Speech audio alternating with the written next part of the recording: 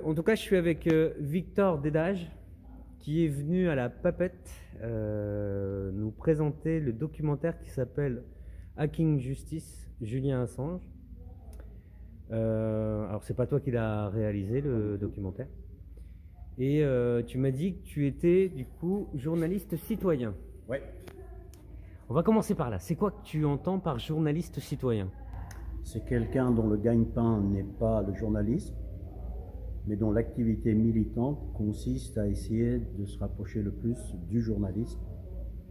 Donc en tant que tel, journaliste sans carte, citoyen parce que je m'attache à essayer de relever les zones d'ombre des médias institutionnels, le non-dit, les ruptures narratives, comme je dis, c'est-à-dire que les histoires qu'on commence à nous raconter puis qui d'un seul coup cessent sans qu'on nous raconte la suite, quoi, les remises en contexte. En fait, c'est une perception de l'information comme un service public dans ma tête. C'est pas un produit marchand pour moi, l'information. C'est un service public pour obéir à une idée qui est le droit à l'information, le droit d'être informé. Le peuple, les gens ont le droit à l'information comme ils ont un droit à la santé, un droit à l'éducation. C'est un parti pris idéologique de ma part. Et voilà pourquoi je me positionne là, journaliste citoyen, pour dire, que c'est pas mon gagne-pain, donc je ne dois rien à l'institution, à la profession, au métier, mais que je l'exerce dans le meilleur de mes capacités. Et du coup, tu dis que les médias ont des zones d'ombre, j'ai retenu. Ils ont des zones d'ombre? Bien sûr, il y a beaucoup de zones d'ombre. Quand on commence à s'intéresser à un sujet particulier, j'aurais presque tendance à dire quel que soit le sujet. Je fais un bémol là-dessus, un sujet qui a un enjeu politique très fort. Des sujets comme le résultat du PMU ou le résultat d'un match de foot, on peut leur faire confiance de nous donner Tout ce qui est en surface, tout ce qui est en surface ou qui ne présente pas un enjeu politique. D'accord. Dès que l'enjeu politique vient se mêler de cette affaire, là, attention. Et les zones d'ombre, c'est en fait la seule chose qui nous permet en réalité, à moins qu'on soit vraiment dans le bain d'un sujet particulier, mais d'une manière générale, c'est la zone d'ombre qui nous permet de détecter le trou noir informationnel tel que je l'appelle. C'est découvrir le mensonge médiatique. C'est tout un art, c'est un exercice intellectuel auquel il faut se livrer en ayant quelques outils intellectuels. Parce que le mensonge, on ne peut pas le détecter comme ça si on ne connaît pas parfaitement le sujet. Alors comment est-ce qu'on fait? Je fais souvent le parallèle avec les physiciens qui examinent le ciel, le cosmos, et qui détectent les trous noirs, qui sont des objets dont rien ne filtre, donc qui ne sont pas visibles. Oui, ils ne regardent pas le trou noir en fait, ils regardent autour. Ils regardent les objets qui ont le comportement atypique des objets autour, qui signalent la présence d'un trou noir. Et je dis que dans les médias, on peut faire un peu le même exercice intellectuel. Pour repérer les trous noirs informationnels, on va repérer les comportements atypiques des médias autour d'un sujet, notamment par ce que j'appelle les ruptures narratives. Rupture narrative, oui, merci. C'est un terme que j'ai inventé, enfin, pas inventé le terme, mais que j'utilise pour désigner, par exemple, c'est quoi une rupture narrative? Alors, si on remonte loin dans l'histoire, on a une rupture narrative. Les talibans en Afghanistan étaient souvent présentés aux informations de 20h en France comme des héros. Je me souviens encore d'un journal télévisé de Patrick Poivre d'Arvor où on voyait un taliban avec un Stinger, un lance-missile sur l'épaule, soleil couchant, etc., idéalisé, romantisé au maximum. Puis parce qu'il était contre les Russes? Parce qu'ils étaient à cette époque-là... Et un jour, les talibans sont devenus des ennemis.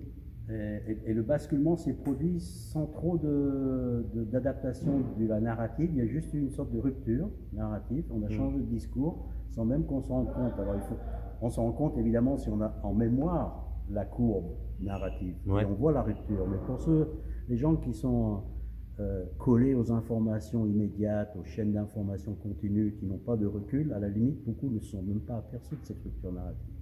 Une autre forme de rupture narrative qui me plaît, alors là, je demande aux gens de faire un petit effort.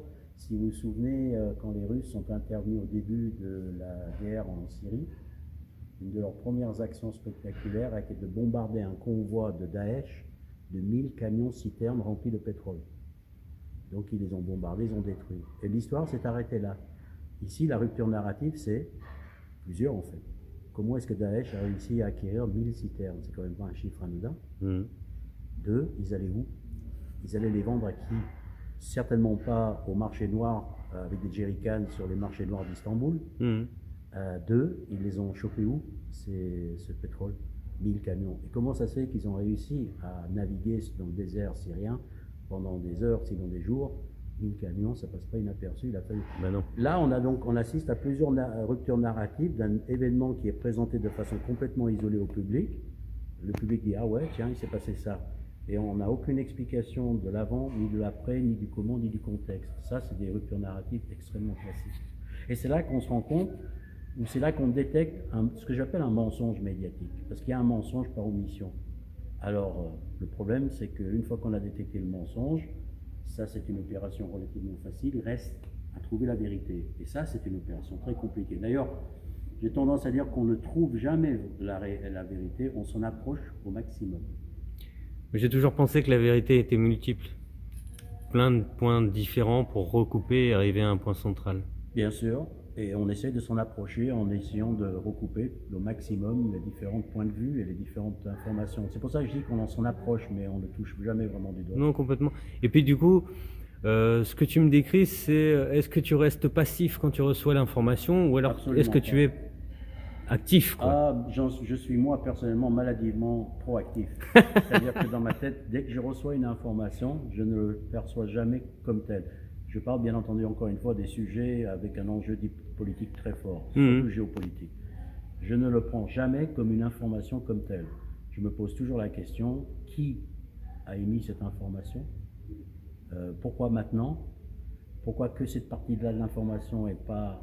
C'est-à-dire pourquoi il a commencé son histoire à cet instant-là, pourquoi la rupture narrative commence ici et pas là, etc. etc. Donc je déconstruis au maximum, dans mes moyens, l'information, parce qu'après tout, l'information est un produit humain, donc fortement teinté d'idéologie, même lorsqu'ils prétendent ne pas l'être. Ne pas l'être, bien sûr.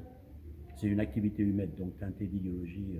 Oui, oui, tu transmets ce que tu as en toi quand tu le transmets déjà, je pense, la plupart du temps. Ouais, Puis c'est difficile de s'en éloigner. Moi, j'essaye aussi, mais il y a de moi qui transpire. Ça me paraît assez logique. La première teinte d'idéologie, c'est chez celui qui l'émet. Donc toi, évidemment, tu essayes de voir, selon ta grille de lecture, qu'est-ce qui se passe. Donc je ne prends jamais... Alors ça ne vient pas gratuitement, cette attitude. C'est parce que moi-même, j'ai vécu, à titre personnel, j'étais au milieu de l'événement, qui a été un énorme campagne de désinformation au Nicaragua. J'assistais en direct, sans savoir que j'assistais en direct à une manipulation qui n'allait apparaître que le lendemain dans les journaux. Et quand j'ai vu les titres des journaux dans la presse nicaraguayenne le lendemain, j'ai explosé de rire en me moquant, si tu veux, de la presse des pays du tiers-monde en disant « ils peuvent raconter ». Ce n'est que lorsque j'ai vu que Le Monde, en France... Tu parles du journal Le Monde, hein? Ouais, le journal Le Monde en France et Libération, en fait, racontaient exactement la même chose. C'est leur correspondant. Et c'est là que je me suis dit, là, j'ai affaire à quelque chose de grave. C'est ce que tu me racontais sur le Nicaragua, justement, qu'on était en train de prendre un petit café, un autre événement. Un meeting où ils ont fait croire qu'il y avait 100 000 personnes au meeting d'une candidate pro-américaine, Violeta Chamorro. Le titre de l'article, c'est 100 000. Mais j'ai vu comment, avec des mégaphones, ils ont déplacé la foule à plusieurs endroits. Ils ont pris les photos à plusieurs endroits. Et ensuite, le lendemain, ils ont présenté 3 photos pour faire croire que la foule était tellement grande qu'elle avait débordé. D'accord. Mais moi, je ne comprenais pas ce qu'ils faisaient en faisant déplacer la foule, faisaient attendre un quart d'heure. Ouais, la com, quoi. Je dis, tiens, c'est rigolo ce qui se passe. Et le lendemain, je vois 3 photos sur la une de la Prensa, le quotidien de droite de Managua, et 100 000 personnes. Enfin, la manœuvre était grossière, tellement grossière que je me suis dit, ça ne va pas prendre. Mais en fait, dans le monde, le quotidien français, le titre était le même. C'est peut-être pas de la volonté de désinformer, mais plutôt une habitude de répéter des choses sans vérifier, non? Les correspondants internationaux étaient sur place, hein, je n'étais pas le seul. Ah d'accord, ok. L'événement était couvert par toute la presse internationale. Ok, intéressant. Moi, en fait, c'est un peu le même cheminement au niveau de la découverte de la désinformation, donc ça m'intéresse.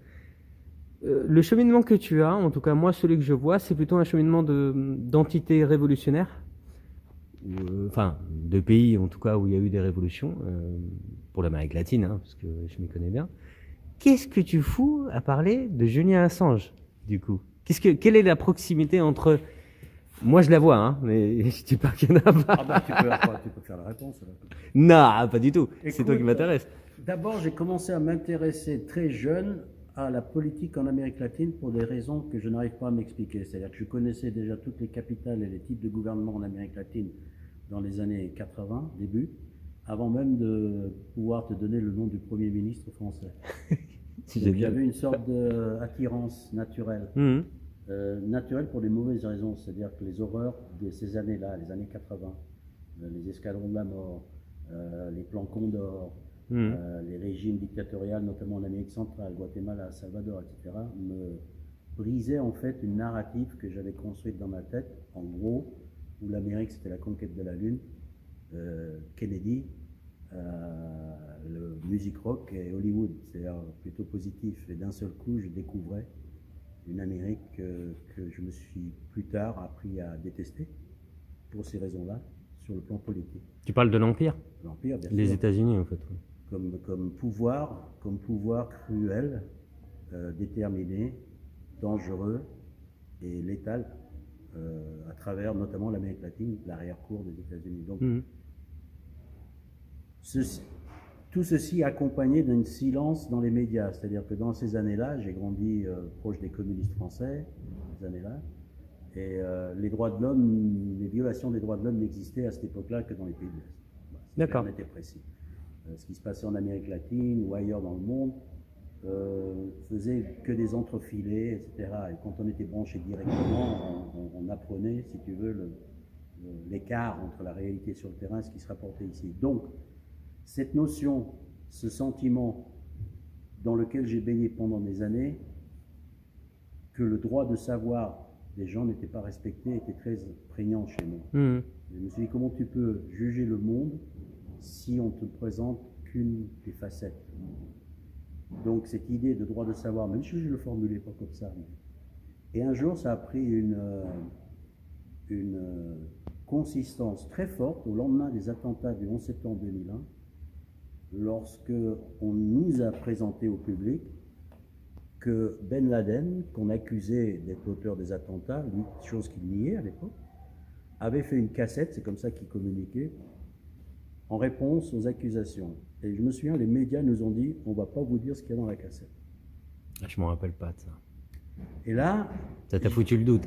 Non, il y a eu une sorte de... Première réaction, c'est de quel droit On nous interdit l'accès à on cette m'interdit, information. qu'est-ce qu'il croit? Carrément. En écoutant un discours de Ben Laden, je vais me transformer en... Je vais prendre un fusil et partir Ouais. chez Al-Qaïda, c'est quoi ça. cette histoire? Et de quel droit? Pour qui se prennent-ils?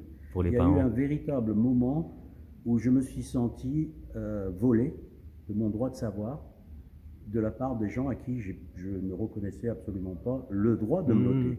D'accord? Mais qui êtes-vous pour décider que je n'ai pas le droit de savoir? Ouais. C'est quoi votre cheminement intellectuel? Pour qui vous vous prenez? Vous avez le droit de regarder, ça ne vous a pas transformé en terroriste, mais moi, je n'ai pas le droit de regarder sous prétexte que, etc. Et donc, d'un seul coup, ça prend une force chez moi, cette idée de droit de savoir. Ça va au-delà de la liberté de la presse qui, au final, est une expression qui commence à me gonfler sérieusement. Oui, La toute liberté faite, de quoi. la presse. La liberté de faire n'importe quoi, de quelle presse on parle, de quelle liberté, enfin bref. Bah ouais. Non, d'abord, il y a notre droit de savoir.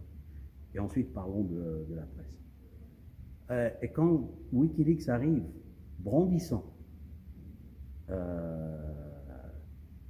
comme des taureaux dans un magasin de porcelaine, affirmant et mettant en pratique un outil d'une simplicité qui avait la beauté de l'évidence, le site Wikileaks, au service de notre droit de savoir, tu penses bien que... Alléluia. Maintenant, les choses vont devenir intéressantes. Malheureusement, elles étaient tellement intéressantes, Qu'il et fallait le étouffer, résultat non? fut tellement concluant que la répression s'est abattue immédiatement, avec une force inouïe. Les gens oublient, par exemple, ou n'ont jamais su, encore le problème du droit de savoir, que les Américains ont dédié à l'opération anti-Assange 120 agents de 12 services de renseignement américains, plus que pour la traque de Ben Laden. Ah, comme par hasard. Ouais. C'est pour dire que si nous n'avions pas pris au sérieux le danger que représentait Wikileaks aux yeux de certains, danger réel ou perçu, ça ne change rien au fond, Non. eux en face, ils ont tout de suite perçu un danger qu'ils ont tout de suite décidé de combattre. Et là, l'histoire démarre. Et j'assiste en direct, parce que je suivais au quotidien dans ce qui se passait. Je participais même aux opérations de sauvegarde de la base de données de Wikileaks sur un petit serveur minable, mais qui servait, n'empêche, de backup, Bah oui. en signe de solidarité. J'assiste en direct à une opération qui a consisté en gros à, démolir l'image de marque de Wikileaks. De Marc ou de Julien Assange? Non, je rigole. C'est la mauvaise blague, pardon. Blagounette. L'humour latin. Donc ils démolissent l'image de... le Oui. personnage de Julian Assange et ensuite à semer le doute, à répandre des contre-vérités, des demi-vérités, des approximations douteuses et même des légendes urbaines. Je les voyais s'installer confortablement et tranquillement dans les médias mainstream, que je n'aime pas utiliser ce terme parce qu'anglicisme, donc que je vais appeler des médias institutionnels. Meilleur terme que j'ai trouvé pour l'instant. C'est très bien, c'est clair. Voilà. Et je vois donc débarrouler une contre-histoire, une réécriture littéralement, y compris dans l'ordre chronologique des événements. C'est-à-dire que les journalistes, probablement pour se dédouaner de leur propre trahison. Trahison, pourquoi? Parce qu'ils ont travaillé avec Wikileaks en 2010, ils ont profité des fuites, ils se sont fait des fortunes, ils ont écrit des bouquins, ils ont fait des films sans rien reverser. Et quand l'arbitre de la partie a sifflé la fin de la récréation, c'est-à-dire dès 2010, en un an, ils se sont éparpillés, là, comme ça, en abandonnant armes et bagages Julian Assange à son sort, eux qui en ont grassement profité. Et pire que ça, non seulement il a abandonné, mais beaucoup se sont dédiés à réécrire l'histoire pour mieux l'enfoncer, pour mieux eux-mêmes s'en dispenser, pour essayer d'éviter les éclats d'obus qui allaient lui tomber dessus, pour s'innocenter en fait des crimes éventuels que les Américains pouvaient reprocher, pas seulement à Wikileaks, mais aussi aux gens qui ont travaillé avec Wikileaks. Donc il y a eu de la trahison, il y a eu de la lâcheté, ils se sont comportés comme, c'est une expression que j'aime beaucoup, c'est un peu vieillot, mais ils se sont des gens de peu. Ils se sont révélés être des gens de peu. Mais c'est toute une caste, au fait. J'appelle limite ça une caste, hein, quand même, non? C'est caste, alors je ne sais pas ce que toi tu mettrais derrière le caste, c'est des gens qui se ressemblent et qui s'assemblent. C'est l'équivalent d'un amical des anciens d'une grande école. Ouais, ouais. Oui, c'est ça, ouais. C'est un réseau entre eux, J'ai une résumé caste. j'ai résumé ça en disant, ça se passe à la direction des ressources humaines, tout ça, c'est des connards qui embauchent des connards pour faire un boulot de connard. Oui, c'est vrai, tu m'as fait rire. Il n'y a pas de complot là, c'est juste... En fait, il y a un niveau... C'est niveau... il me semble que ça... par le bas. Voilà, par l'argent, plus que par le bas. Il faut des moyens pour faire ce genre d'études, enfin, je sais Même pas. Non. Moi, je pense pas que les... Non, c'est vraiment par les... Non, c'est que quand si tu... C'est l'embauche, quoi, tu veux dire. Si tu corresponds à un profil, bah oui, à l'embauche. Tu sais qu'il y a un scandale, là, j'ai pas eu le temps de l'étudier de près, de regarder ce qui se passe, mais apparemment, est-ce que c'est en France qu'il y a eu un scandale qu'un des fact-checkers... Ouais, c'est Idriss Elber Khan qui a interviewé la femme d'un des... Alors que les fact-checkers sont censés être l'élite de l'élite, mais j'ai toujours pensé, parce que je l'ai senti très fortement sans même les connaître vraiment, je dis ça, c'est les merdeux. C'est l'ali de l'ali, au fait, hein, pour moi. C'est les mecs qui ont appris à faire Google, vérifier, etc. Mais le fact-checking comme ça, c'est pas du fact-checking, parce qu'en fait, à partir du moment où tu es dans un cycle d'informations circulantes, comme disait Bourdieu, l'information qui circule sur elle-même, qui se répète, qui se reprennent, etc., les 50 premières pages de Google sont remplies du mensonge. Donc si tu fais du fact-checking sur Google, c'est du mensonge, tu défiles 10 pages en disant tout le monde est d'accord, donc ça va être vrai. Et ton fact-checking, il vaut rien, parce que justement, ton fact-checking est censé aller à l'encontre de cette aspiration informationnelle que Google démultiplie. Donc, c'est pas du fact-checking. En fait. Non, les fact-checkers, il y en a un qui fait... D'ailleurs, pardon de t'interrompre, mais le fact-checking, tu remarqueras qu'ils ne se fact-checkent jamais eux-mêmes. Oh non, jamais. C'est toujours... Non, et puis dès que l'État parle, ils remettent pas en cause. Moi, j'ai posé la question à... une copine a posé la question à Julien Pain, qui est un des fact-checkers sur je sais plus quelle chaîne, et il disait, mais on n'a pas remis en cause la protection du vaccin, parce que l'État le disait. Oui. Et moi, j'étais là, mais donc ils remettent pas en cause l'État, c'est quoi cette histoire, quoi? C'est une présomption incroyable. Mais ils le disent ouvertement. Tu sais, ils remettent pas en cause si c'est l'État qui le dit. Moi, je me souviens d'une époque d'un journaliste que j'aimais beaucoup, qui s'appelait, son prénom m'échappe, Coburn, qui disait il ne faut croire en rien avant que ça soit officiellement démenti. Ah. Elle est bien celle-là. J'aime bien. Et donc du coup, c'est Wikileaks qui t'a attiré vers... c'est l'action de Wikileaks parce que moi je considère que... L'action de Wikileaks, pour moi, touchait au cœur de la problématique qui me préoccupait depuis des années. J'ai trouvé que c'était une opération magnifique, sensée, qui avait la beauté de l'évidence. C'est-à-dire qu'une fois que c'était fait, on se dit, mais pourquoi on n'y avait pas pensé avant? Et tu l'expliques, tu peux l'expliquer le fonctionnement? En fait, c'est un fonctionnement hyper simple. Julian Assange, en fait, est arrivé. D'abord, lui, qui est-ce? C'est un cypherpunk, ne pas confondre avec les cyberpunk, qui fait partie d'un mouvement qui, si je ne trompe pas leur pensée, parce que c'est comme ça que je le perçois, qui pense qu'il faut doter les individus, les citoyens, des moyens de se défendre de l'espionnage massif des pouvoirs. Par quel biais? Par le chiffrement, par le cryptage des données et les moyens de communication. Mmh. En gros, ils exigent ou ils demandent la transparence pour les puissants et le secret pour les Ce qui est logique, ordinaires. mais ce qui est tout à fait logique. Et pourtant, on assiste à un phénomène exactement l'inverse. Mais bien sûr. Donc le combat des cypherpunks. Donc Julian Assange est une des figures notoires de ce mouvement-là. D'accord. C'est pas un hurluberlu, c'est un informaticien de très haut niveau, très jeune, qui piratait déjà les ordinateurs juste pour le plaisir de l'interdit. Il disait d'ailleurs une phrase que j'aime beaucoup, qui disait que quand il pénétrait des systèmes, à l'époque balbutiant, avant même Internet, il y avait d'autres réseaux, il disait que c'était comme se tenir dans une cathédrale tout seul, au milieu d'une cathédrale tout seul la nuit. Il laissait même des mots pour leur dire n'appelez pas la police, ou il réparait des trucs. Il s'est fait quand même gauler, il s'est fait attraper, il a eu une petite tape sur les mains. Plus tard, il aidera la police australienne à démanteler des réseaux de pédophiles. Il est australien? Il est australien. D'accord. Il est propriétaire de plusieurs brevets de cryptage, de chiffrement de données qui sont utilisés sur Internet. Putain, je savais pas ça. Oui. Il est le fondateur de la première société de fournisseurs d'accès Internet en Australie pour les foyers à revenus modestes, qui existe encore. Génial. En fait, c'est un génie de l'informatique qui a fait preuve d'un altruisme incroyable.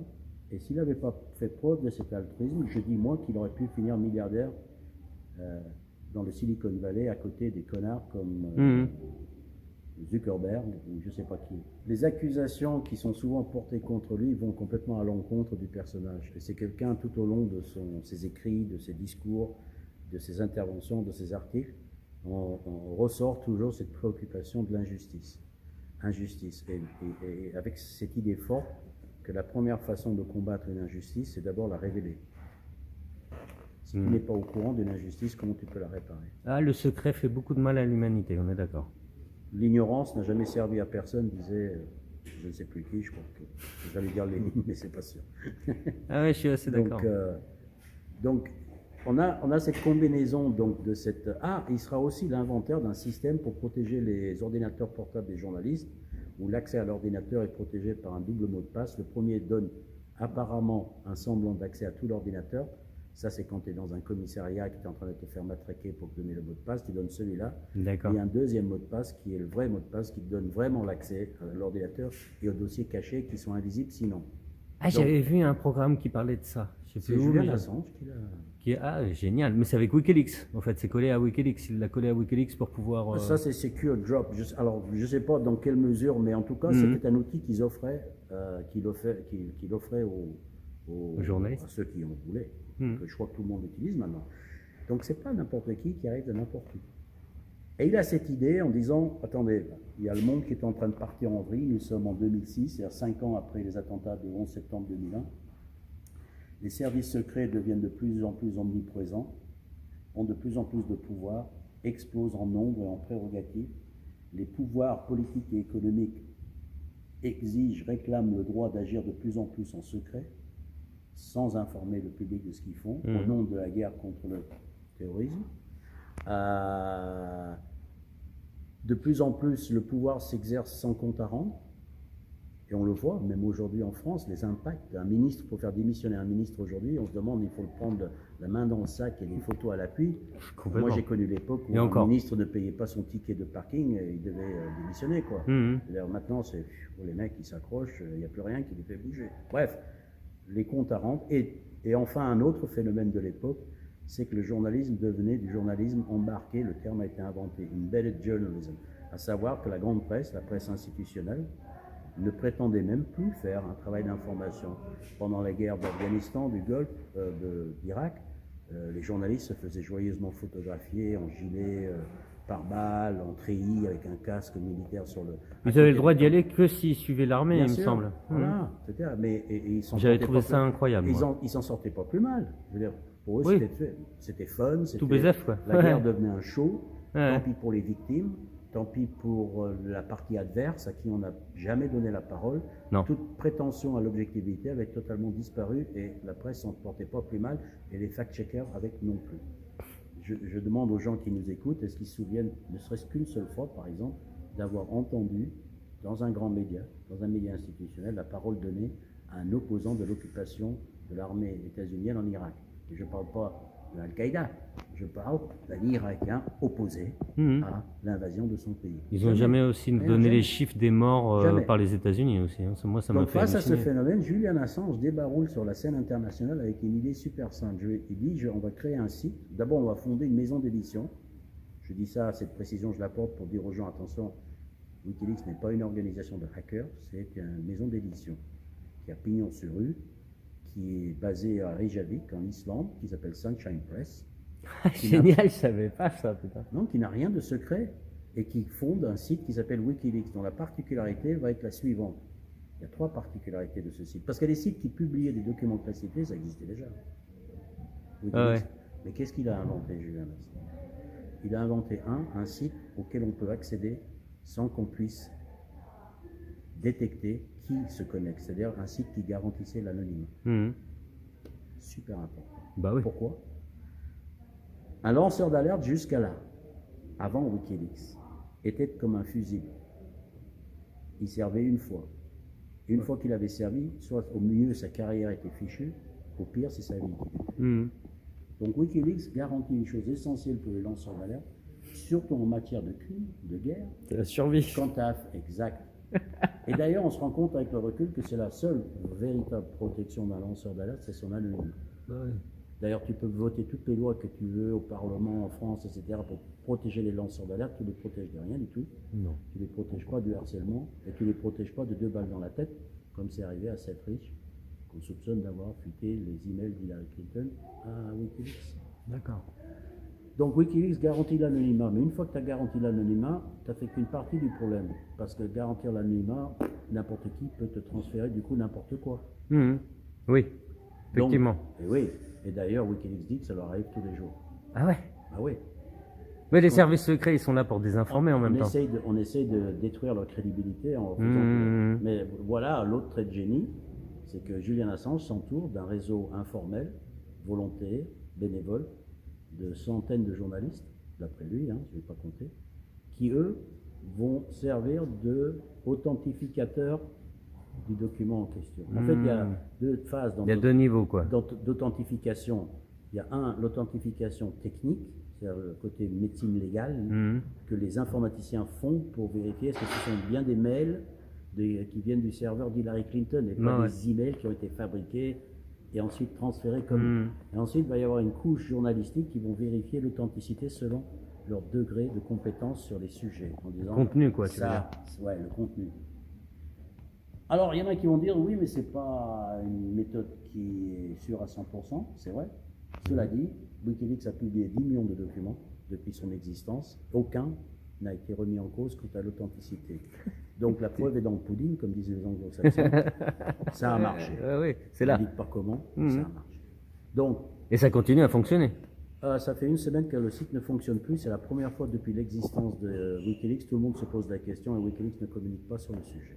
Donc, petit bémol, il se passe quelque chose, on ne sait pas quoi. Espérons que c'est juste une panne comme ça arrive d'un serveur qui sont en train de régler. Donc, il garantit l'anonymat, il garantit l'authenticité. Ça, c'est lui. Parce que garantir l'authenticité d'un Un document truc public, ouais. et ça permet aux lanceurs d'alerte de resservir plusieurs fois. Ce ne sont plus des fusibles. Puisqu'on ne sait pas qui c'est, Mhm. il peut monter dans la hiérarchie, il peut recommencer. Génial. C'est génial. Bon, ouais, complètement. Et troisième, et ça a coûté cher à Julian Assange, un engagement moral cette fois-ci. Quel que soit le document, quelque part, le lanceur d'alerte a pris des risques. Et nous, Wikileaks, nous nous engageons à le publier. Si ça présente un intérêt pour le publier. Mhm.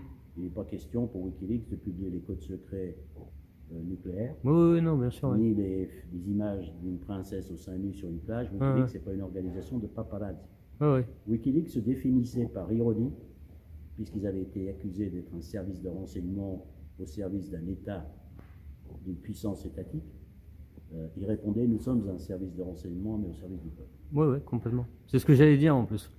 L'idée de fond était de rétablir la circulation de l'information qui, d'après Julian Assange, et c'est une définition que j'aime beaucoup, est le degré de mesure de la démocratie.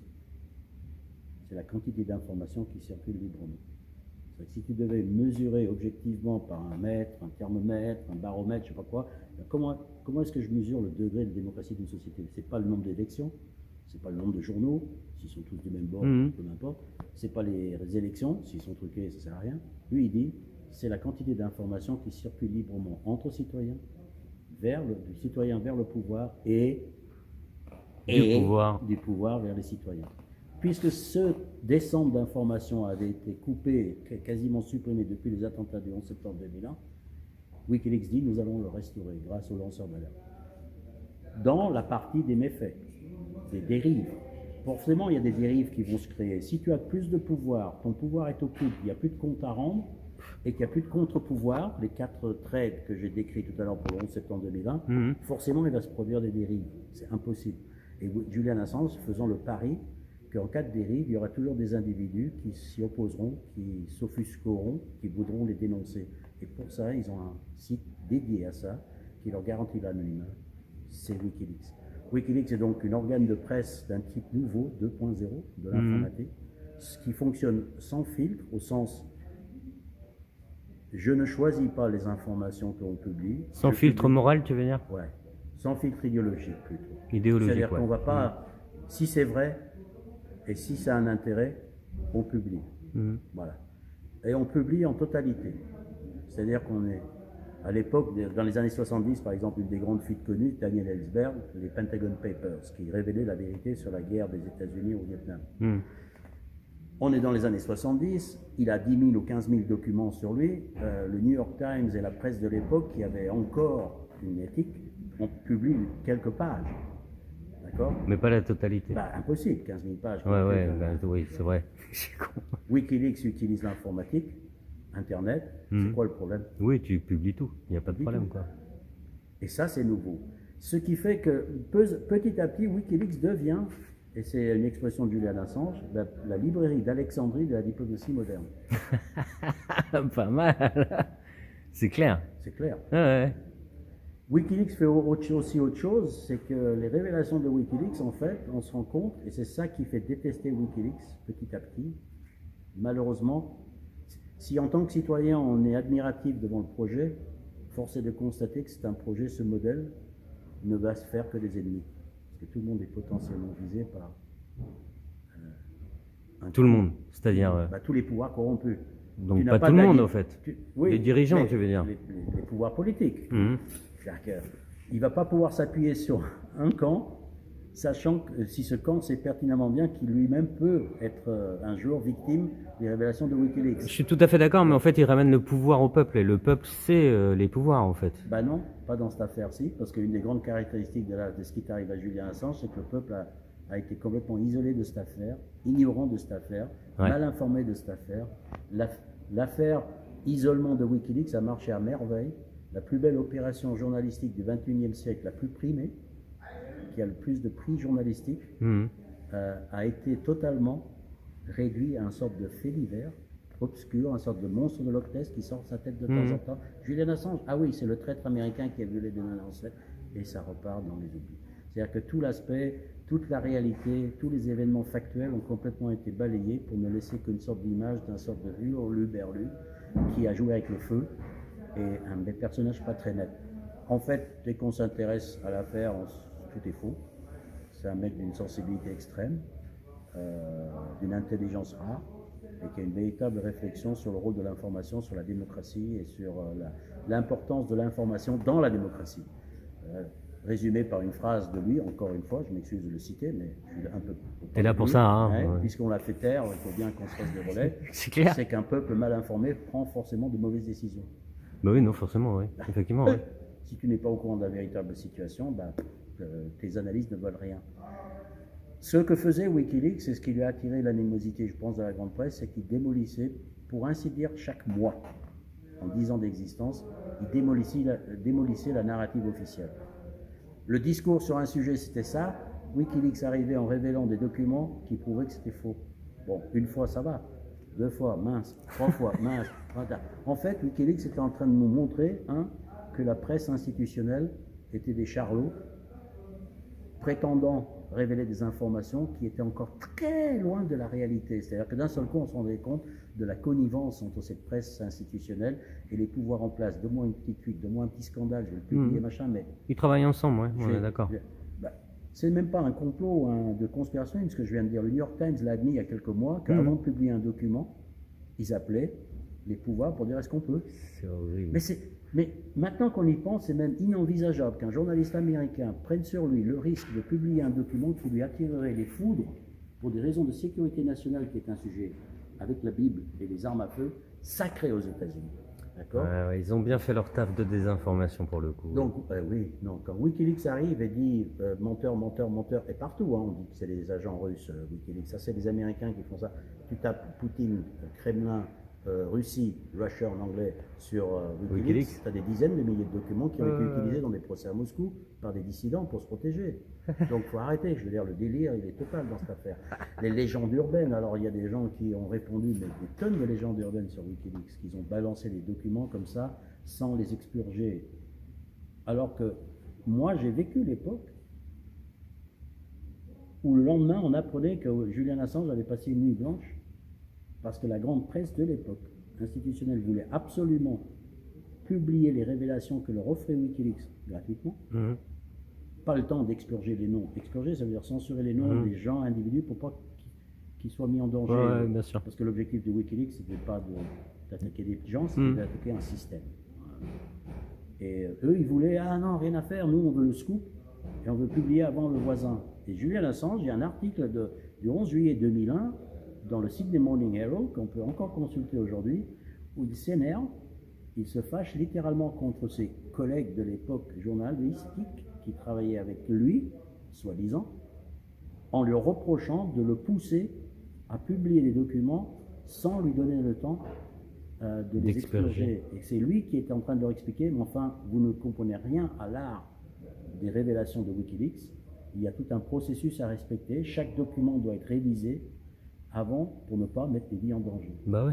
Et c'est la grande presse de l'époque qui le poussait. Ça, c'est l'ordre chronologique des événements. Aujourd'hui, les journalistes, les petits merdeux, les fact-checkers, les machins, ils vont te dire « Ah non, c'est Wikileaks, ça balance. » Non, c'est vous qui l'avez fait. Vous êtes en train de réécrire l'histoire pour vous dédouaner. Bah ouais. C'est Wikileaks.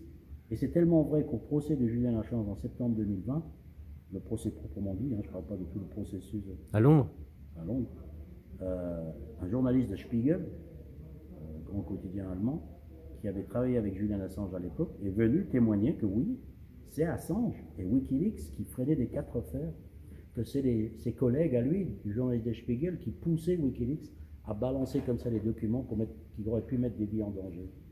Donc, il y a un documentaire qui a été tourné à l'époque par un journaliste australien où on voit Julian Assange, blafard, qui a passé la nuit blanche, qui explique... Non, les gars, vous avez réécrit l'histoire pour essayer de vous dédouaner.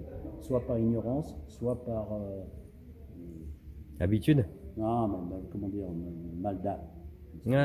Oui. Mauvaise intention. Mauvaise intention, ouais. Voilà. Donc c'est aussi une façon de se couvrir, de dire, ah, c'est lui le méchant, c'est pas nous. C'est pas beau comme façon de se C'est couvrir. c'est pas beau ce qu'ils ont fait, c'est dégueulasse en fait. Ils n'ont même pas eu l'élégance, s'ils avaient été des vrais journalistes professionnels, l'élégance de dire, si vous poursuivez Julian Assange qui a publié des documents, puisque moi aussi j'ai publié ces mêmes documents, passez-moi les menottes et emmenez-moi dans la même cellule. Oui, bien sûr. Ouais.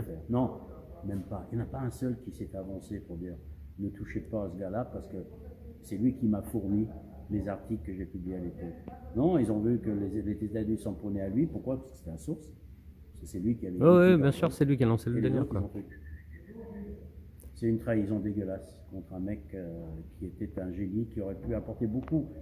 Et la première opération a consisté d'abord pour la grande presse à ne plus parler des révélations de Wikileaks. Tout le monde connaît, enfin tout le monde, ceux qui connaissent les révélations sur la guerre en Irak, l'Afghanistan, les diplomatic cables, ils savent qu'il y a eu un truc autour de Hillary Clinton, en gros.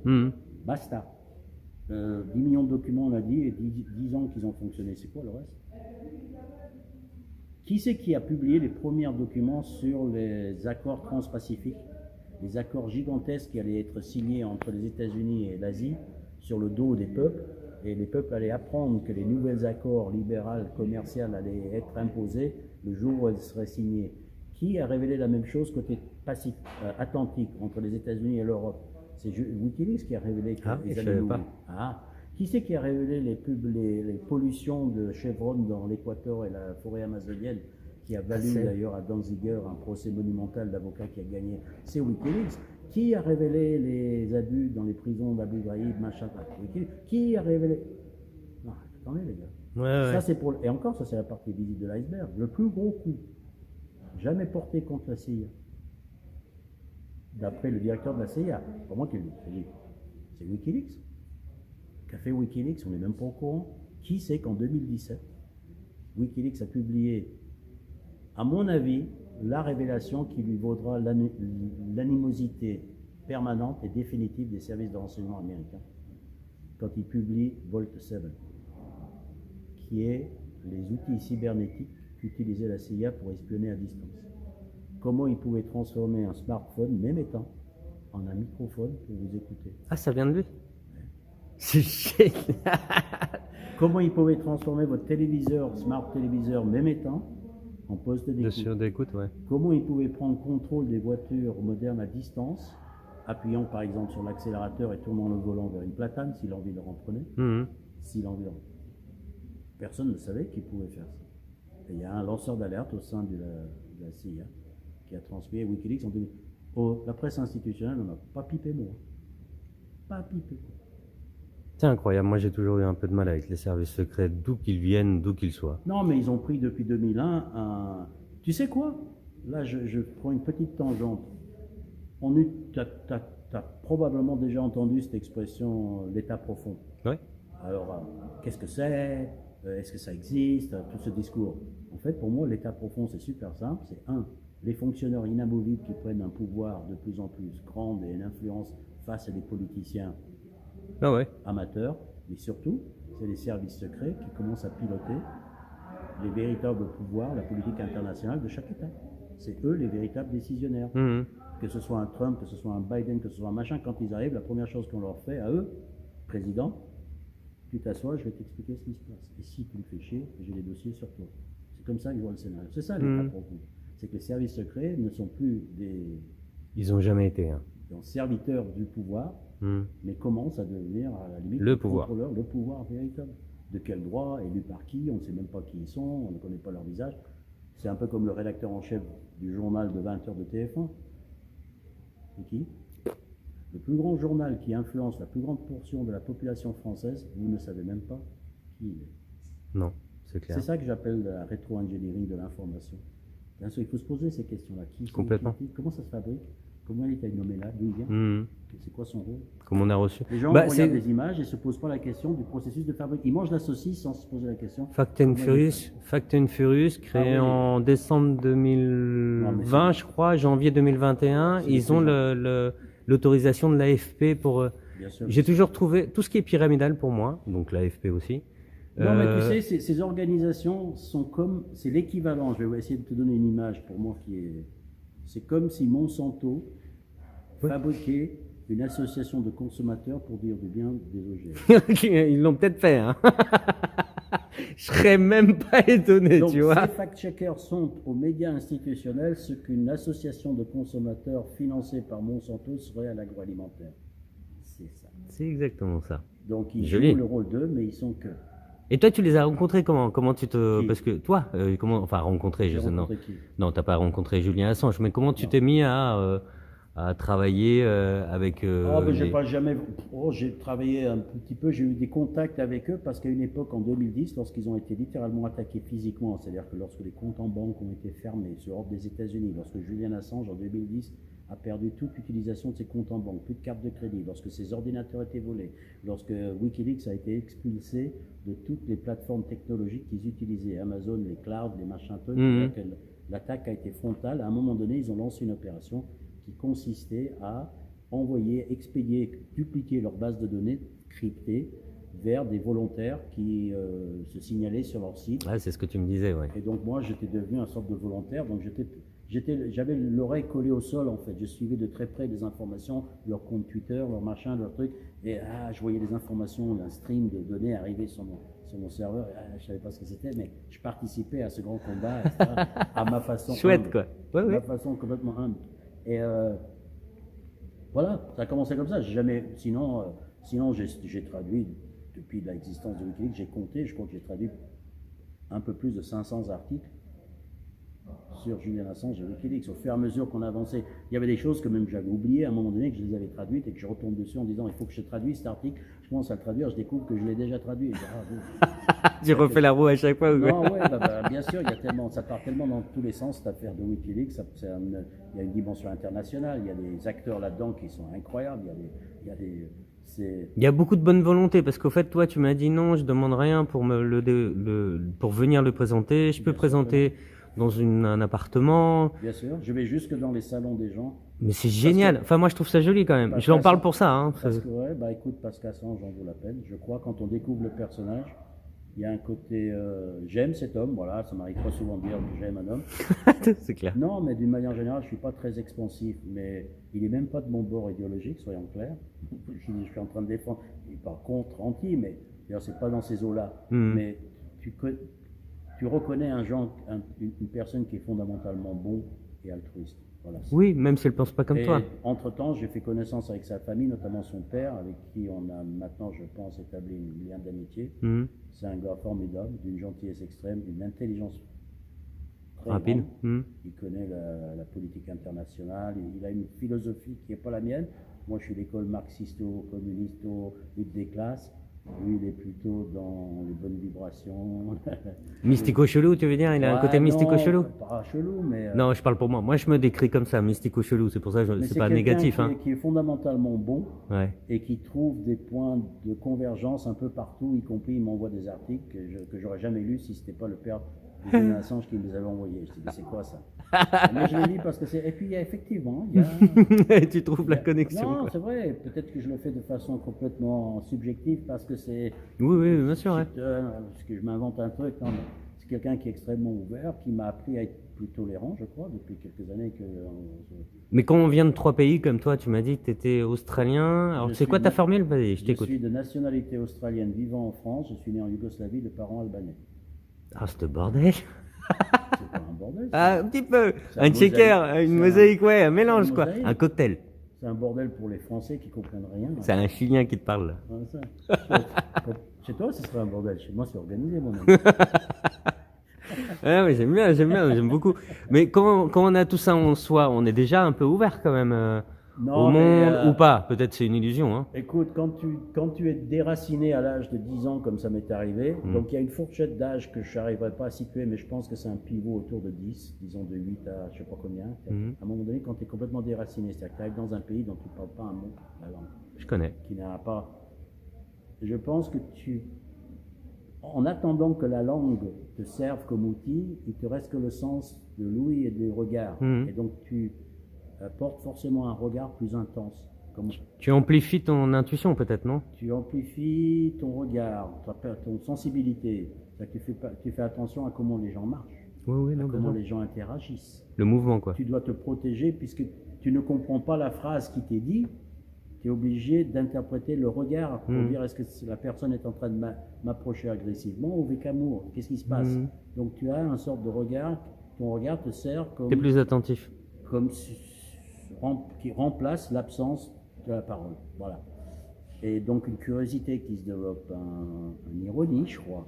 Parce que quand tu es en position de comparer, quand tu vois que chez quelqu'un ça c'est évident pour lui, Hmm. et chez l'autre ça c'est évident, pour lui et que les deux choses sont en contradiction, forcément tu as une sorte d'ironie Ouais. et tu arrives à te distancer en voyant comment les deux prétendent détenir la normalité chez eux, alors qu'en fait... et voilà, donc je crois que ça développe une intelligence, alors pas au sens einsteinien du terme, Non, j'ai compris, mais ouais. une sensibilité, une empathie Ouais. chez les gens. C'est rare, par exemple, que quelqu'un comme Assange, qui a une énorme empathie, c'est plutôt rare chez les Australiens. C'est vrai? Ils vivent dans une monoculture, quoi. C'est un pays qui, à l'époque, notamment quand Assange grandissait, tu sais, les étrangers, c'était difficile.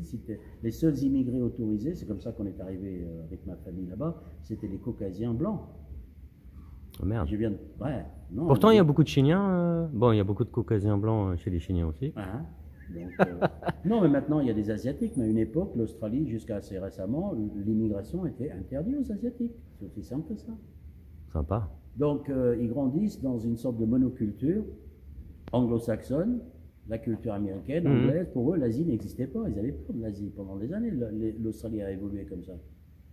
L'ennemi, c'était l'Indonésie qui allait envahir ce grand pays vide qui n'attendait apparemment, selon les Australiens, qu'une seule chose, c'est de servir de soupape, de déversoir au trop-plein asiatique. C'était ça leur idée. le péril jaune. Mmh. Donc, mais donc l'empathie, c'est pas leur première caractéristique. On est au centre de quelque chose et tout le reste n'est que périphérie. Ça, c'est une vue très eurocentrée, très ethnocentrée, blanc, caucasien, anglo-saxon. Et Assange, non.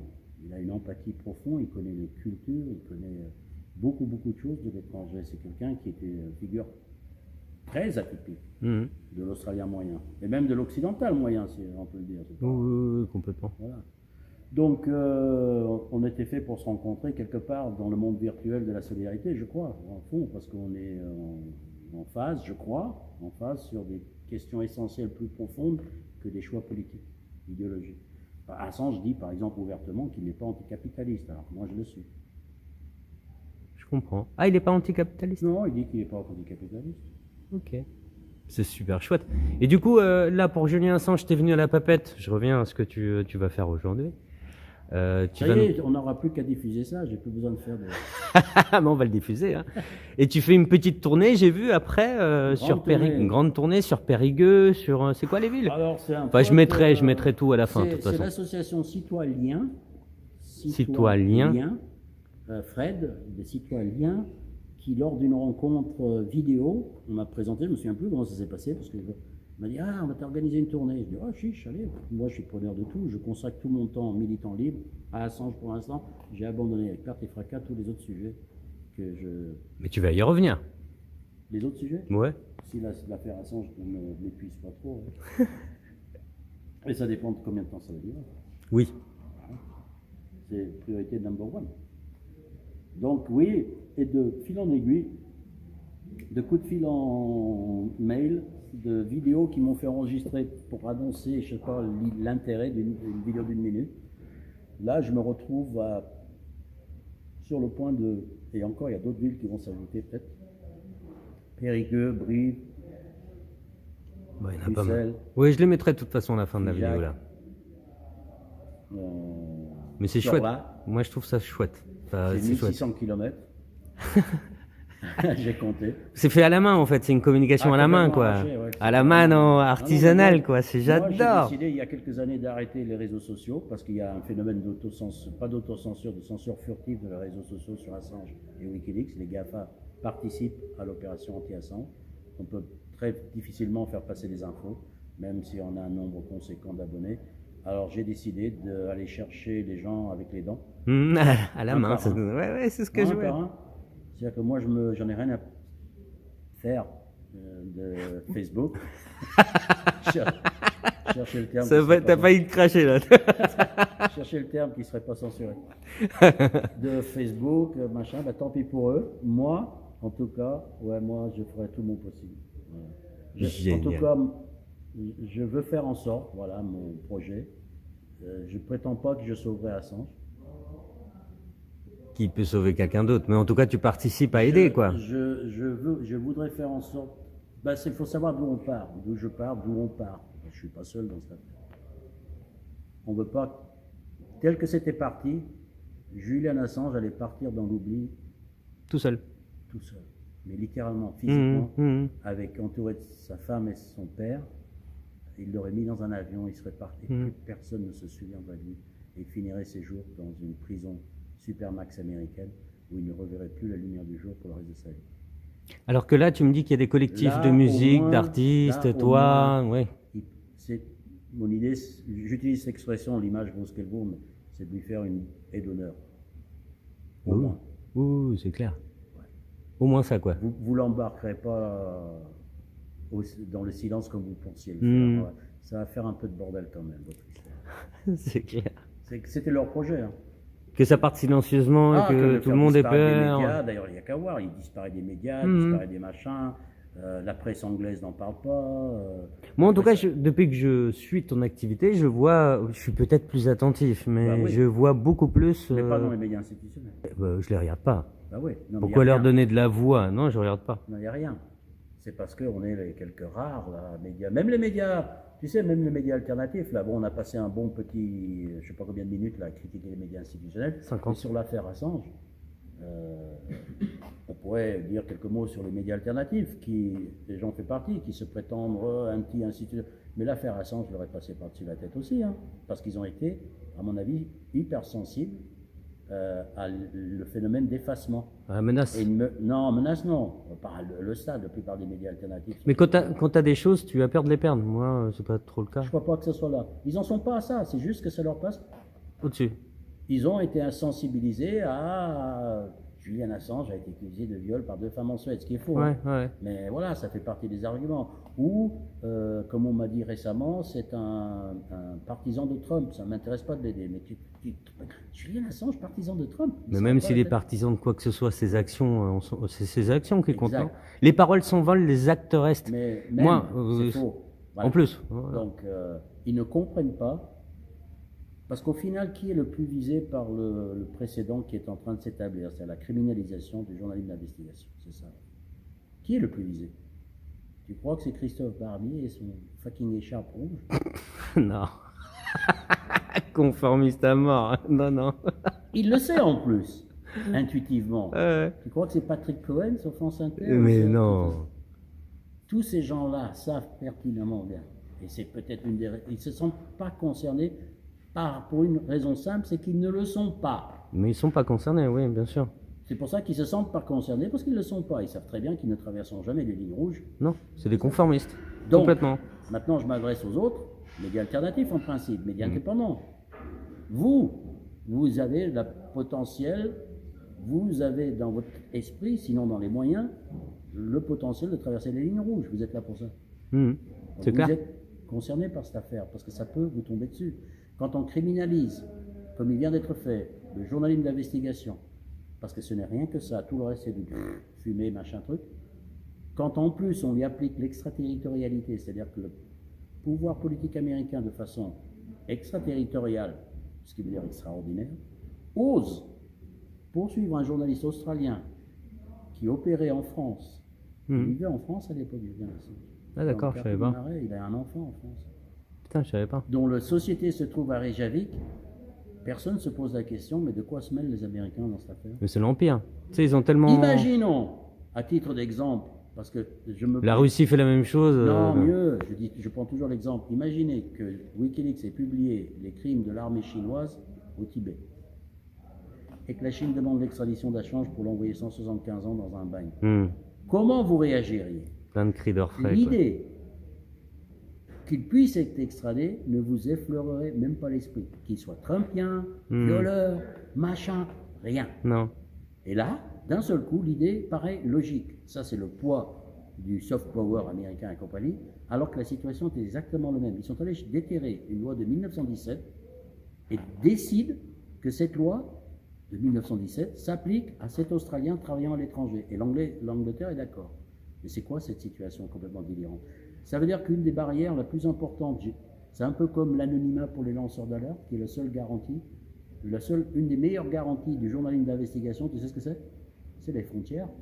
Quand tu fais un documentaire sur l'Indonésie, sur les exactions de l'armée indonésienne, un journaliste australien, d'ailleurs c'est un journaliste australien qui m'a donné cette idée, Il dit, ma meilleure garantie, c'est que je rentre en Australie pour présenter le documentaire, pas à Jakarta. Non, ouais, clair. Si les frontières ne sont plus, si le journalisme d'investigation est criminalisé et si les frontières ne sont plus une protection, il n'y a plus de journalisme d'investigation. C'est aussi simple que ça. En même Il temps, y a là- des journalistes qui se feront passer pour des journalistes d'investigation. Ça, c'est comme il y a des Oui, cuisiniers oui, qui se oui. font passer pour des grands chefs, etc.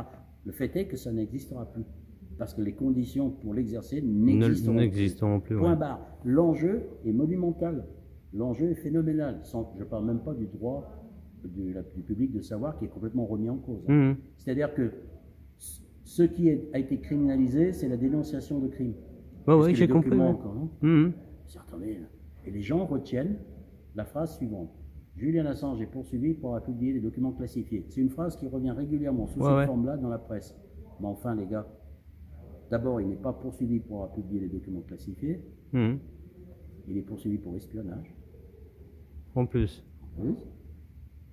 Et donc classifiés, vous avez oublié qu'ils étaient classifiés pour une raison, parce qu'ils révélaient des crimes. Ouais. Tu m'étonnes que les criminels classifient leurs Mais il documents, y a ils que vont les pas- conformistes hein, qui Ils vont pas acceptent les ça. afficher sur la mairie.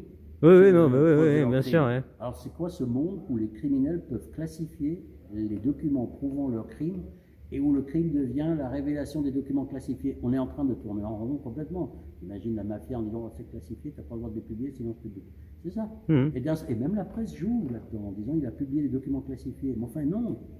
Même la presse qui n'est pas institutionnelle, tu voulais dire quelque part. Il y a beaucoup, on a encore plein de travail à faire. C'est vrai. Ah ouais, regarde combien, si compte le nombre de médias alternatifs, même certains importants qu'on a, compte combien ont publié quelque chose sur l'affaire Assange de véridique, c'est-à-dire de contre-information, et compte combien mènent campagne. Combien ont publié, il y a ça, il y a ça qui ont parlé et qui mènent campagne. Bon, du coup, ça me fait super plaisir de te filmer. Bah écoute, ça me fait super plaisir d'être filmé, même si j'ai l'impression parfois De quoi? de ne pas en faire assez. Ah, quand même, je t'es fais vraiment tout ce venu, que je tu peux. viens, on a organisé ça, tu connaissais pas l'endroit. L'endroit est très atypique. Non, mais j'irai n'importe où, même dans les endroits atypiques. Bon, ben, écoute, moi, Victor, tout ça, ça me passionne. C'est C'est super. une affaire passionnante. On ne peut qu'apprendre des choses. L'affaire Assange est au cœur d'un combat plus large. Le droit, c'est le combat de Julian Assange. Il est au centre du combat des cypherpunks, qui est au centre du combat de Wikileaks, qui est au centre du combat de notre droit de savoir. Qui doit être accessible à tout le On ne monde. peut pas faire plus essentiel que ça. Non, c'est clair. On peut ouvrir la discussion, on peut leur reprocher quelque chose. C'était la première opération de ce style-là. Ils ont essayé de faire au mieux. On leur est tombé tout de suite sur le coin de la gueule. Ensuite, c'est parti en vrille. Et ça, c'est une autre histoire. Il faut aider. Il faut sauver Julian Assange. Alors, imaginez un monde avec Julian Assange et Wikileaks. Imaginez maintenant un monde sans Julian Assange et Wikileaks. Choisissez celui que vous préférez et agissez en conséquence. Voilà, c'est tout ce que j'ai à dire. Merci beaucoup, Victor. Merci à On va toi. finir sur ça, c'était très joli. Je te l'avais préparé pour.